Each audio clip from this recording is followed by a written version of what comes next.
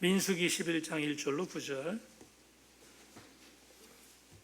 구약성경 213페이지에 나와 있습니다. 제가 말씀을 봉독하겠습니다. 여호와께서 들으시기에 백성이 악한 말로 원망하매 여호와께서 들으시고 진노하사 여호와의 불을 그들 중에 붙여서 진영 끝을 사르게 하시매 백성이 모세에게 부르짖음으로 모세가 여호와께 기도하니 불이 꺼졌더라. 그곳 이름을 다베라라 불렀으니 이는 여호와의 불이 그들 중에 붙은 까닭이었더라. 그들 중에 섞여 사는 다른 인종들이 탐욕을 품음에 이스라엘 자손도 다시 울며 이르되 누가 우리에게 고기를 주어 먹게 하랴. 우리가 애굽에 있을 때에 값없이 생선과 오이와 참외와 부추와 파와 마늘들을 먹은 것이 생각나거늘 이제는 우리의 기력이 다하여 이 만나 외에는 보이는 것이 아무것도 없도다 하니 만나는 가시와 같고 모양은 진주와 같은 것이라. 백성이 두루다니며 그것을 거두어 맷돌에 갈기도 하고 절구에 찢기도 하고 가마에 삶기도 하여 과자를 만들었으니 그 맛이 기름 섞은 과자 맛 같았더라. 밤에 이슬이 진영에 내릴 때에 만나도 함께 내렸더라. 아멘. 오늘 찬송을 두 찬송을 연달아 찬양하겠습니다. 아무것도 찬양하겠습니다.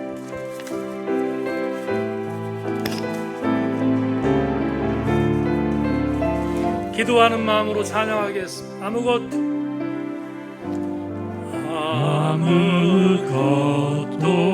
두려워 말라. 주 나의 하나님이 지켜주시네. 놀라지 마라.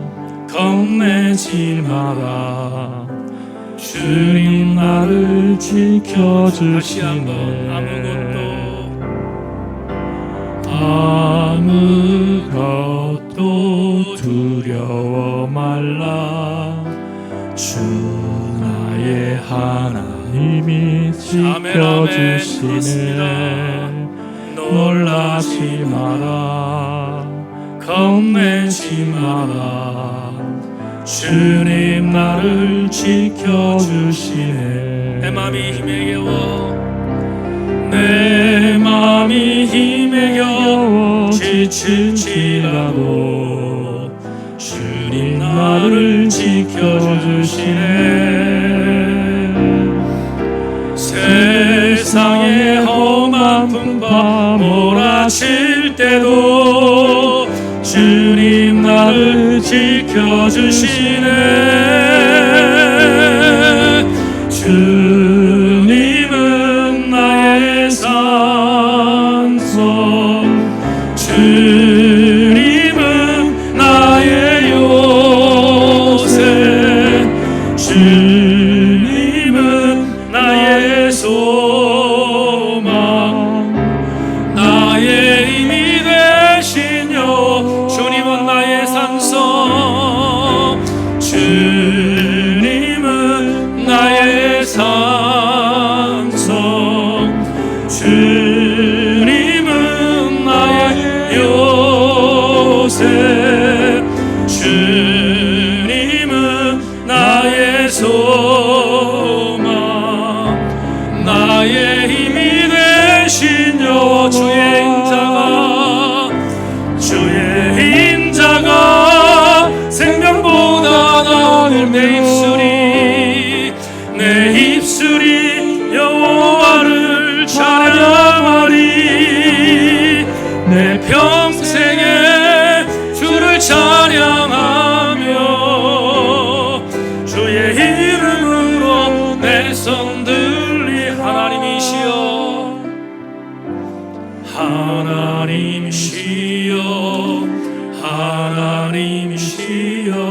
주는 나의 하나님이시로다.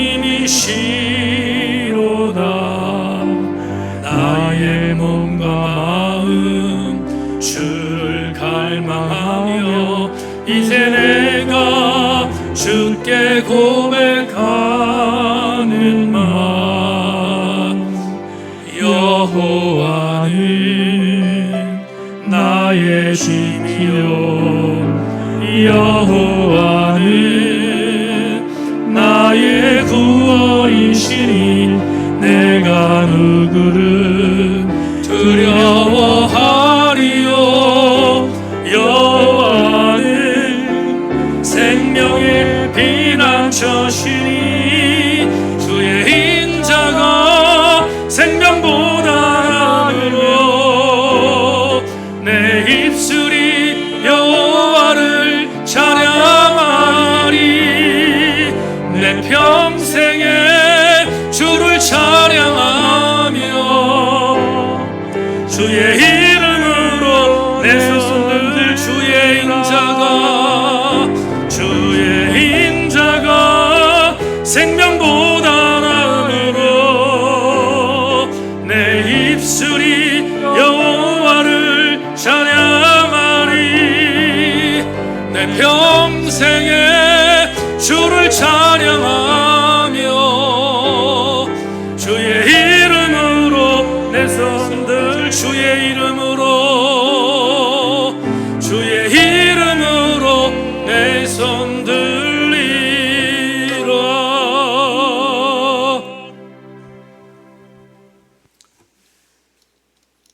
주님이 나의 산성임을 믿는 자는, 주님이 나의 요새임을 믿는 자는, 주님이 나의 반석이심을 믿는 자는 코로나19에 굴복하지 않습니다. 주님, 우리에게 강철 같은 믿음을 주셔서 코로나19에서 이기도록 도와주시고 우리를 하나님의 보호함 속에 거두어 주시옵소서. 주의 말씀을 나누겠습니다.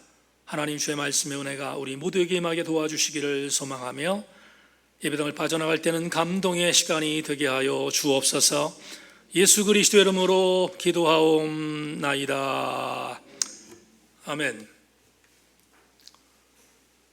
한 2달 정도 여러분들과 함께 제목 설교를 진행할 예정으로 있습니다. 오늘 첫 번째로 델타형 그리스도인이라는 제목을 갖고 말씀의 은혜를 나누겠습니다. 말씀에 기대를 거십시다. 인사하겠습니다. 말씀에 기대를 거십시다.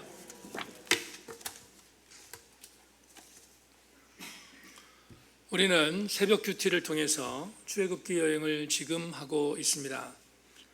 큐티 본문에서 줄곧 가장 큰 비중을 두고 다루는 사건은 출애굽 사건과 그리고 시내산 사건, 그 더불어 시내산 난장 사건이 중요한 이슈로 함께 우리가 살펴보고 있고, 새벽 지기들은 이 일들을 함께 가지고 큐티하고 있습니다. 지도자였던 모세는 외롭고 아슬아슬한 이스라엘을 이끌기 위해서 시내산에 2번이나 오르는 치열한 하나님과의 교제를 이어갔습니다. 반면 지도자 모세가 그렇게 목숨을 건 행보를 했건만 이스라엘 공동체와 그들을 부안해동하였던 또 다른 제2선 그룹의 지도자들은 시내산 밑에서 금송아지를 만드는 지저분한 난장판을 버렸고, 그로 인하여 하나님이 분노하셨습니다. 모세와는 정반대의 길을 간 것입니다. 하나님은 분노하셔서 이스라엘을 진멸하겠다고 결심하셨습니다. 그러나 모세가 목숨을 건 생명의 중보기도로 인하여 이스라엘은 진멸의 위기를 모면하게 되었습니다. 하지만 하나님은 당신의 노를 완전히 거두신 것이 아니라 진멸은 내가 하지 않겠지만 가나안에 이스라엘과 함께 올라가지 않겠다고 하셨습니다. 그러자 가나안에 하나님께서 함께 하시지 않는다는 이야기를 들었던 모세는 하나님이 함께 하시지 않은 가나안은 들어갈 수도 없고 만에 하나 들어간들 그게 무슨 의미가 있겠는가 생각하여 다시 목숨을 건 기도로 중보합니다. 하나님, 우리와 함께 가시지 않으면 나도 가지 않겠습니다 라고 때를 쓰며 중보했습니다. 그러자 하나님께서 이런 목숨을 건 모세의 기도에 응답하셔서 당신의 뜻을 돌이키셨습니다. 그리고 하나님께서 내가 이스라엘과 함께 가나안에 올라가겠다고 약속하셨습니다. 오늘 본문은 이렇게 피말리는 모세의 중보 기도 이후에 하나님께서 함께 가겠다고 명령하여 함께 동행하신 지 3일 되던 날의 기사입니다. 딱 3일이 지난 뒤에 기사라는 것을 여러분들이 주목해 주기를 바랍니다. 시내산에서 떠난 이스라엘 공동체는 다베라라는 지역에 도착했습니다. 학자들은 이 다베라가 어디인지에 대해서 알지 못한다고 말합니다. 다만 조금 이따 말씀드리겠지만 기브롯 핫다와 민수기 11장 4절에 나오는 기브롯 핫다아와로 가는 여정에 있는 한 지역이라고 추측할 뿐입니다. 그런데 오늘 이 다베라에서 불과 시내산 난장의 위기를 극복한 이스라엘 공동체가 다시 범죄함을 고발하고 있습니다. 어떤 범죄였는가? 오늘 1절에 보면 이스라엘 공동체가 하나님을 향하여 악한 말로 불평했다라고 성경은 말합니다. 악한 말로 불평했다. 대단히 유감스럽고 불길한 예감을 하게 됩니다. 왜 그런가? 우리가 오늘 11장을 봤는데 10장을 보면 10장의 직전 구절을 보면 하나님의 뜻을 돌이킨 것을 알았던 모세가 힘을 얻습니다. 힘을 얻고 그의 장인이었던 이드로의 아들이었던 호밥을 설득합니다. 처남이죠. 처남이었던 호밥을 설득합니다. 설득해서 처남, 우리가 가나안을 갈 건데 가나안에 함께 올라가자 이렇게 설득합니다. 그러자 미디안 사람이었던 호밥이 거절하지요. 거절할 때 모세가 처남과 함께 하고 싶어서 그가 긍정적인 하나님의 말씀을 함께 전합니다. 그 내용이 뭔가 하면 민수기 10장 29절과 32절에 걸쳐 두 번이나 연속해서 나온 것인데 이겁니다. 여호와 우리 하나님께서 가나안에 올라가는 우리에게 복을 줄 것입니다. 우리에게 복을 줄 것이니 같이 가자고 설득합니다. 다시 말하면 모세는 장밋빛 청사진에 흥분하고 있었다는 것입니다. 그런데 이렇게 모세는 하나님께서 당신의 백성들에게 복을 줄 것이라고 믿고 있었는데 11장을 갔더니 히브리 백성, 이스라엘 백성들이 적반하장으로 하나님에게 악한 말로 불평을 했다는 것으로 시작하는 것을 보면 대단히 불길하지 않겠습니까? 하나님은 불과 3일 만에 다시 악한 말로 당신을 공격하는 히브리 백성들을 향해서 심판하십니다. 본문 1절과 2절을 읽겠습니다. 여호와께서 들으시기에 백성이 악한 말로 원망하며 여호와께서 들으시고 진노하사 여호와의 불을 그들 중에 붙여서 진영 끝을 살아게 하시매 백성이 모세에게 부르짖음으로 모세가 여호와께 기도하니 불이 꺼졌더라. 노란색 잘 다시 한 번만 읽어보시기를 바랍니다. 1절 전반절에 악한 말로 원망했다라고 하는 이 악한 말, 이게 뭘까? 학자들은 악한 말이 어떤 말인지에 대해서 이렇게 추측합니다. 아마도 이 다베라 지역도 광야였기에 물 부족에 대한 원망이었을 것이다 라고 해석합니다. 물이 부족한 것에 대해서 불판하는 것은 이번뿐이 아니었습니다. 마라에서도 그랬고 르비딤에서도 그랬습니다. 그때마다 하나님이 물을 주셨던 것을 우리는 이미 출애굽기에 민수기에 기록에 의해서 알 수 있습니다. 그런데 다시 또 범죄하는데 아마도 물 부족 때문에 시비하고 원망을 거듭하는 히브리 공동체를 하나님께서 좌시할 수 없어서 심판을 내리셨는데, 그 심판이 뭐냐? 1절 중반절에 분명히 이렇게 말합니다. 여호와의 불을 그들 중에 붙여서 진영 끝을 살아겠다. 진영 끝으로 불을 내리신 것입니다. 여러분, 불 내렸다는 말을 우리는 거부감 없이 받을 수 있습니다. 갈멜산에서도 하나님은 엘리야의 기도에 응답하여 불을 내리셨잖아요. 그러니까 불을 내렸다는 사실은 거부감이 없는, 충분히 받을 수 있는 메시지입니다. 근데 주목할 것이 있습니다. 어디에 내렸는가? 어디에 불을 내렸는가는 중요합니다. 오늘 본문에 분명히 말하기를 진영 끝을 불살랐다 이렇게 말합니다. 진영 끝이라고 말합니다. 여러분, 진영이라는 말이 성경이 많이 나옵니다. 진영이란 말보다는 진이란 말이 많이 나오죠. 진이 많이 나오는데 이 진을 설명하겠습니다. 진이 뭐냐? 진을 영어로 corpse라고 하는데 이걸 번역하면 병영 혹은 부대라고 합니다.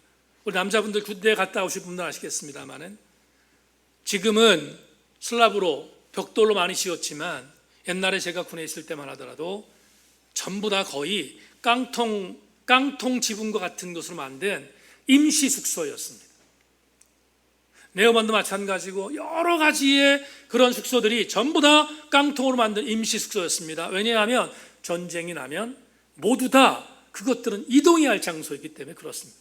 그래서 여러분, 병영이라고 하면 병영은 임시 거처들로 만들어진 지역, 그래서 영어로 corpse라고 합니다.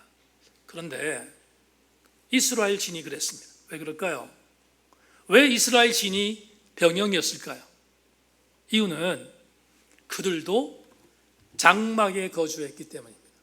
장막에 거주했다는 말은 하나님께서 이스라엘 신앙 공동체에게 떠나자 그러면 떠나야 되기 때문에, 머물자 하면 머물러야 되기 때문에 그들은 모두 다 장막에 거했습니다. 그래서 장막에 거했다고 해서 진이라는 말을 씁니다.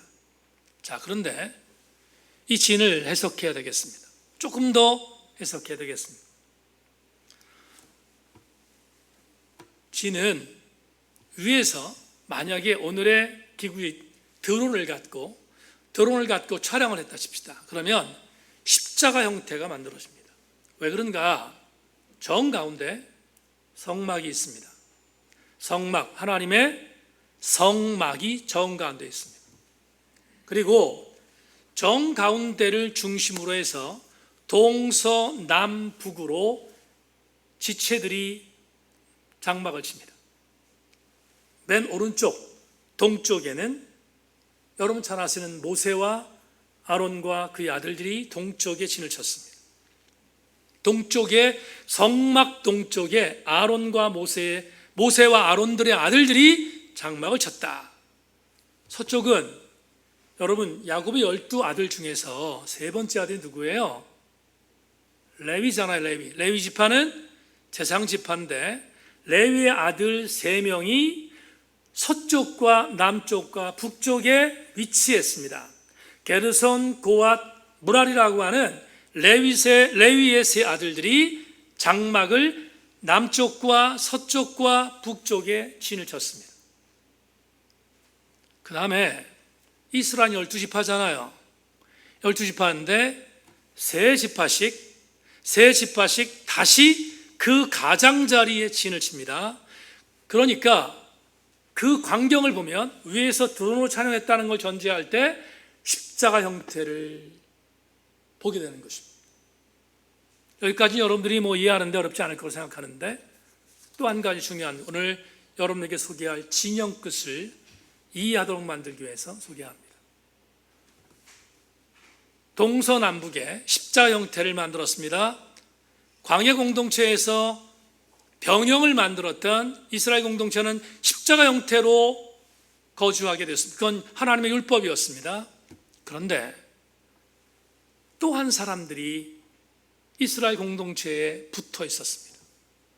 그건 오늘 진영 끝이라고 표현되어 있는 장소에 다시 동서남북의 맨 가장자리입니다. 그걸 진영 끝이라고 오늘 본문 말하고 있는데, 진영 끝에 이방인들이 있었습니다. 이방인이 누군가?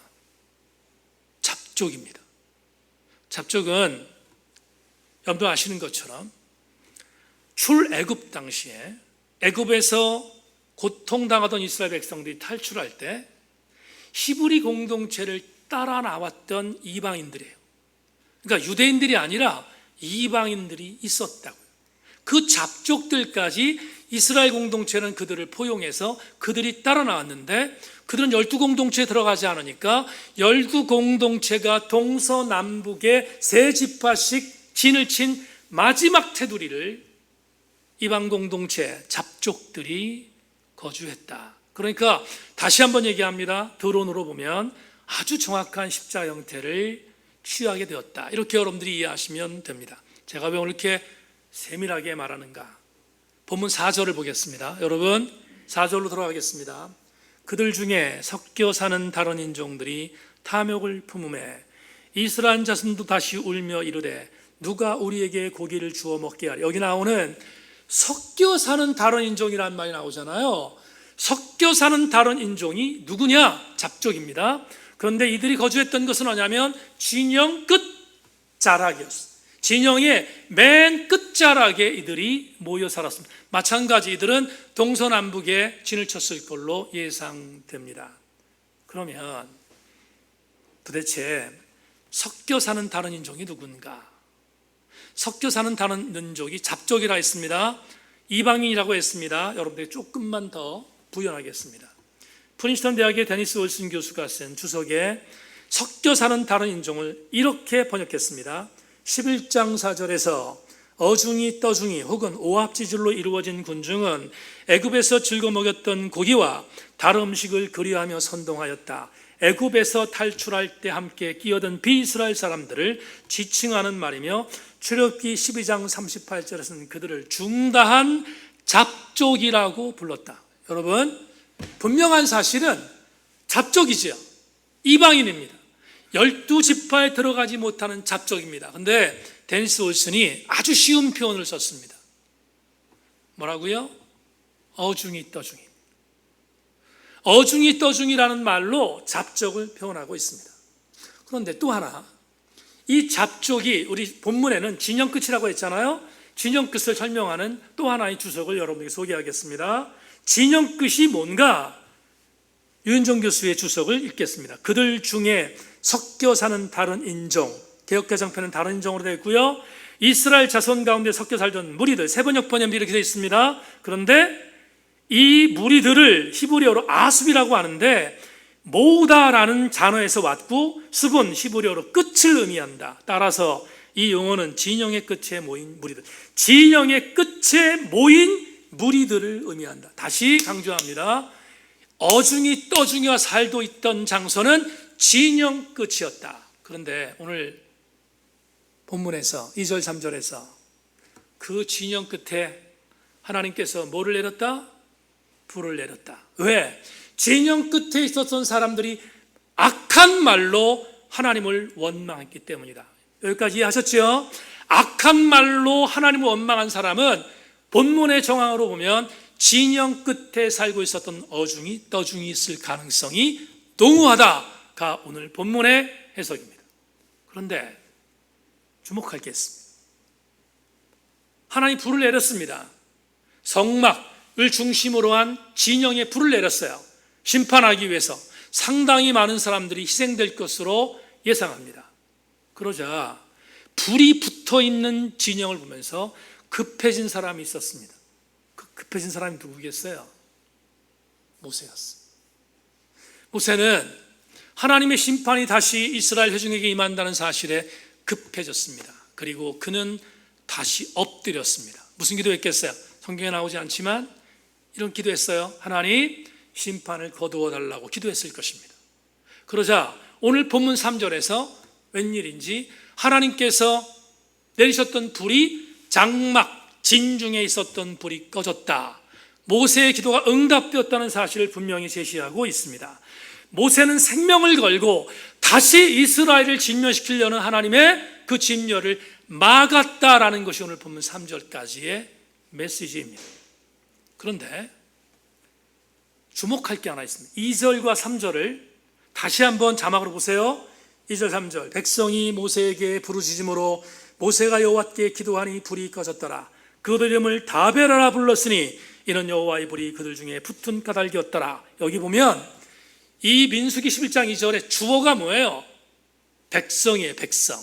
백성이, 그런데 이 백성이라는 이 백성은 히브리어로 암이라고 합니다. 암. 근데 이 암은 누구에게나 쓰는 단어가 아닙니다. 암은 12지파에 해당되는 사람에게 부를 때 쓰는 단어예요. 다시 이스라엘의 선민 공동체인 12지파에게 부르는 호칭이 백성이었어요. 하나님의 백성할 때는 12지파를 의미합니다. 그런데 이상하지 않아요? 가장자리에 진영 끝에 불을 받은 사람은 누구예요? 어중이 떠중이 이방인들이었어요. 12지파에 해당되는 사람이 아니었다 이 말이에요. 근데 이상하게 백성이, 다시 이스라엘 공동체의 회중 중에서 12지파에 해당되는 사람들이 모세를 찾습니다. 모세에게 부르짖어요. 모세에게 이렇게 말합니다. 우리에게 불이 떨어졌으니 우리의 불이 꺼질 수 있도록 당신이 중보해달라는 것입니다. 그러면 멋있게 해석합시다. 아주 멋있게. 야, 12지파에 해당되는 백성이, 이방 잡족들이 이스라엘 공동체와 함께 출애굽했으니까, 그들이 하나님을 원망했을 때 그들이 하나님께 범죄했으니까 이스라엘 12지파에 있는 백성들이 그들을 살리기 위해서 중보했을까? 그들을 살리기 위해서 호소했을까? 모세를 불러서 우리 이웃들이 죽어가고 있으니까 우리 이웃들을 살려야 되지 않겠느냐라고 중보했을까? 그러면 얼마나 좋겠습니까? 그럼 얼마나 멋있는 그리스도인이겠습니까? 하나님 백성이겠습니까? 얼마나 소중한 하나님 백성이겠습니까? 이웃을 사랑하는. 그런데 대단히 유감스럽지만 그렇지 않습니다. 왜 그렇지 않은가? 백성이라고 표현되어 있는 이 백성이 이스라엘 12지파에 해당되는 사람이라고 했습니다. 그런데 이들은 공범자였기 때문입니다. 무슨 말인가? 여러분, 오늘 4절로 다시 가겠습니다. 4절. 그들 중에 섞여 사는 다른 인종들이 탐욕을 품에, 섞여 사는 다른 인종들이 탐욕을 품에 이스라엘 자손도 다시 울며 이르되 누가 우리에게 고기를 주워 먹게 하랴. 도낀 객긴이었어요. 자, 다시 한 번만 끝까지 여러분을 본문 해석의 마지막 부분인데, 하나님을 원망한 것은 어중이 떠중이에요. 물이 없다고 하나님을 원망한 것은 분명히 어중이 떠중입니다. 이방인들이 쓴 가능성이 있습니다. 부인하지 않아요. 그런데 그렇게 하나님을 원망하는 그 무리 속에 12지파도 들어갔다 이 말이에요. 불화내동에 넘어갔어요. 다시 말합니다. 도찐 개찐이었어요. 그래서 이방인들로 여겨진 어중이 떠중이에게만 불이 내린 것이 아니라 거기에 동참했던 이스라엘 12지파의 사람들도 불이 붙어 죽어가고 있기에 그들은 급해졌습니다. 그럼 모세를 불렀습니다. 이 불이 꺼지게 해달라고 중보를 요청한 것입니다. 유인종 교수가 이렇게 해석했습니다. 진영 끝이란 진영의 안과 박을 가르는 경계 지역을 가르친다. 야훼께서 심판했던 대상은 안과 박 사이에 있었던 자들이다. 즉 거룩하 오염된 세계 사이에 위치한 자들이었다. 여러분, 이 해석은 대단히 중요한 의미를 줍니다. 이방인들, 잡족들만 심판받은 것이 아니라 그들과 함께 동화했던 이스라엘의 12지파에 해당되는 사람도 동일하게 심판받았다는 것입니다. 그렇다면 이제 이상의 해석을 통해서 여러분과 함께 오늘 우리에게 주시는 영적인 교훈을 받아야 되겠습니다. 진영 끝에 있는 자가 누구입니까? 진영 끝에서 불 받은 자들이 누구입니까? 누가 진영 끝에 있었던 사람입니까? 저는 오늘 설교 제목으로 정했습니다. 적어도 하나님의 심판의 불을 면할 수 없었던 자들은 끊임없이 변질되는 델타형 종교인들이었습니다. 제가 그리스도인이라는 말을 안 썼습니다. 델타형 종교인들이었다. 오늘 7절과 9절을 읽겠습니다. 따라오십시오. 만나는 가시와 같고 모양은 진주 같은 것이라 백성이 두루다니며 그것을 거두어 맷돌에 갈기도 하며 절구에 찢기도 하고 가마에 삶기도 하여 과자를 만들었으니 그 맛이 기름 섞은 과자 맛 같았더라. 밤에 이슬이 진영에 내릴 때에도 만나도 함께 내렸더라. 제가 이 구절을 왜 소개했습니까? 여러분, 이스라엘 공동체가 하나님이 주신 만나를 평가했습니다. 오늘 본문에 뭐라고 평가했습니까? 기름 섞은 과자 같다. 무슨 말이에요? 맛있다 이 말이에요. 기름 섞은 과자 같다. 맛있었어요. 맛있다고 평가했습니다. 그런데 출애굽기 16장 31절을 보면 제일 첫 번째 만나가 내렸을 때 이스라엘 공동체가 이렇게 평가했습니다. 이스라엘 족속이 그 이름을 만나라였으며 가시와 같이 시고 맛은 꿀 섞은 과자 같더라. 맛있잖아요. 기뻤습니다. 맛있었으니까 기뻤습니다. 그런데 시간이 흘렀습니다. 매일마다 먹는 만나 메추라기 실증났습니다. 지겨워졌습니다. 그래서 그들은 시간이 흐른 뒤에 만나를 이렇게 평가합니다. 민수기 21장 5절 백성이 하나님과 모세를 향하여 원망하되 어찌하여 우리를 애굽에서 인도해 내어 이 광야에서 죽게 하는가? 이곳에는 먹을 것도 없고 물도 없도다. 우리 마음이 이 하찮은 음식을 싫어하노라. 꿀 섞은 과자, 기름 섞은 과자가 뭐로 바뀌었어요? 하찮은 음식으로 바뀌었어요. 질문하겠습니다. 여러분, 만나의 맛이 바뀌었습니까? 여러분 대답 어떠세요? 만나의 맛이 바뀌었습니까? 하나님이 주신 만나의 맛이 바뀔 리 있습니까? 바뀌지 않아요. 그러면 뭐가 문제입니까? 하나님이 주신 만나의 맛이 바뀐 게 아니라 이스라엘 신앙 공동체가 변질한 거잖아요. 만나의 맛이 바뀐 게 아니라 만나를 주시는 하나님이 실증난 거잖아요. 여러분, 지금 우리나라를 비롯하여 전 세계를 공포의 도가니로 몰고 있는 코로나19 바이러스의 유형이 델타형입니다. 델타형. 왜 델타라고 하는가? 헬라어 단어의 네 번째 단어가 델타입니다. 코로나19의 바이러스가 맨 처음에 생겼을 때 그 바이러스의 명명을 알파라고 했습니다. 조금 변이 돼서 베타라고 했습니다. 브라질 쪽에서 감마가 발생했습니다. 그런데 지금 인도에서 변이된 바이러스가 델타입니다. 여러분에게 이렇게 한번 말씀드리고 싶습니다. 코로나19 바이러스가 왜 변이됩니까? 변이되는 이유가 뭘까? 바이러스는 인간의 숙주입니다. 인간에 들어가야 삽니다. 그런데 백신이 개발됐습니다. 치료제가 개발됐습니다. 바이러스가 설 수 있는 자리가 없습니다. 그래서 바이러스는 똑똑해졌습니다. 인간이 백신을 만들자 인간을 숙주로 하여 내가 살기 위하여 또 다른 유전자의 단백질을 변형시켜서 변이 바이러스를 만든 것입니다. 지금 델타까지 나왔습니다. 근데 델타에서 끝날까? 그렇지 않을 것 같습니다.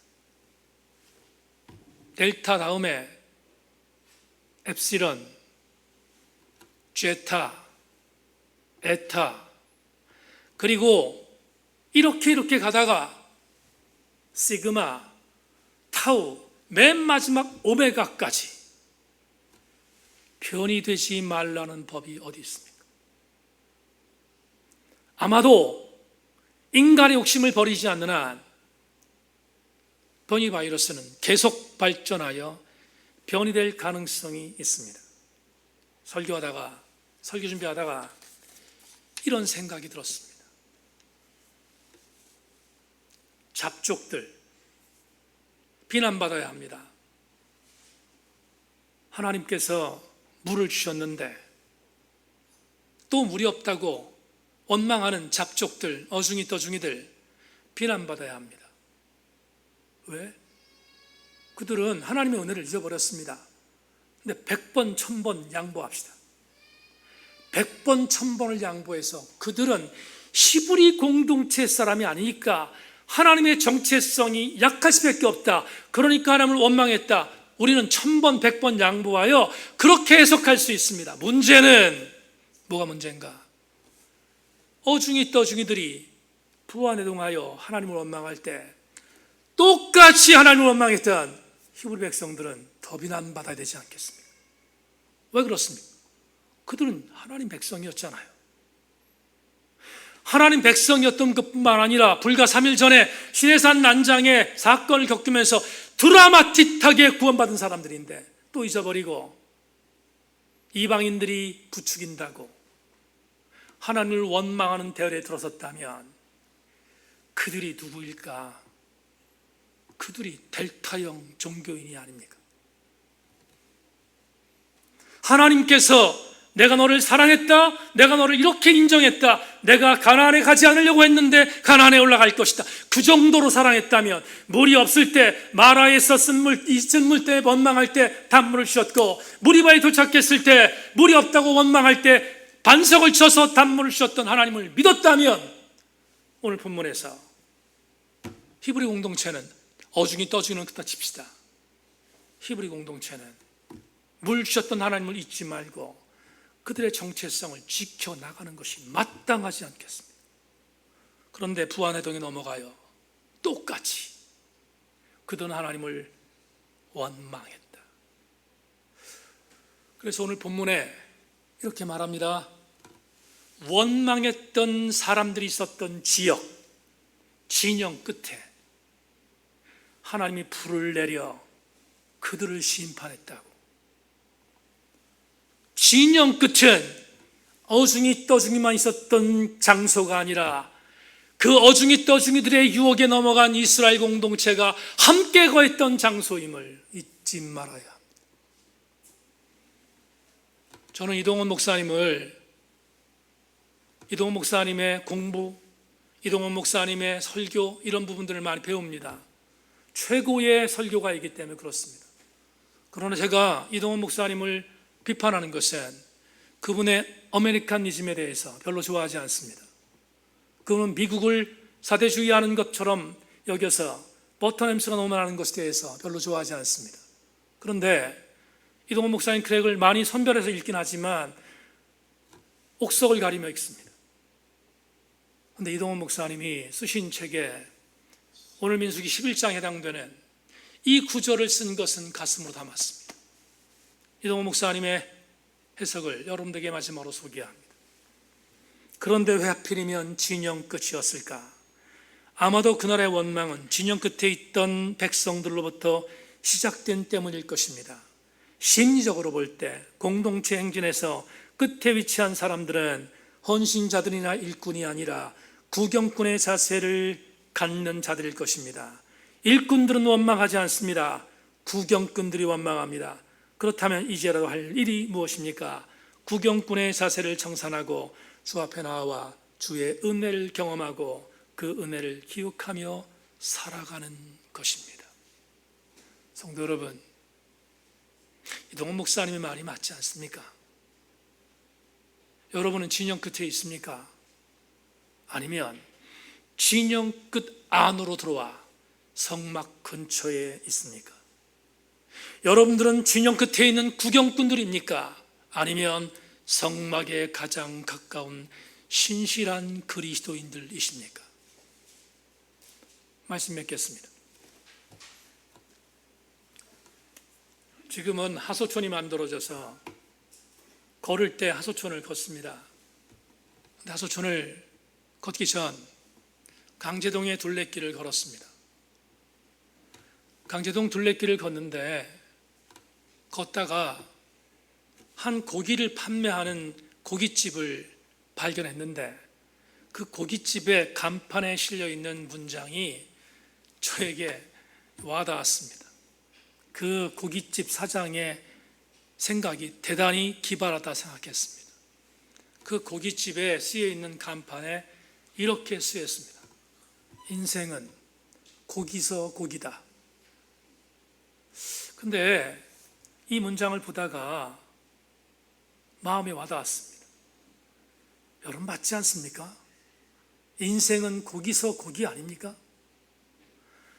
나이를 많이 먹으신 우리 교우 여러분 뒤돌아보니까 열심히 달려왔고 발버둥 쳤고 치열하게 살았는데 뒤돌아보니까 고기서 고기 아닙니까?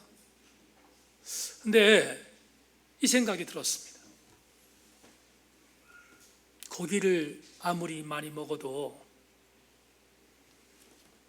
하나님이 없는 인생은 그냥 고기서 고기입니다.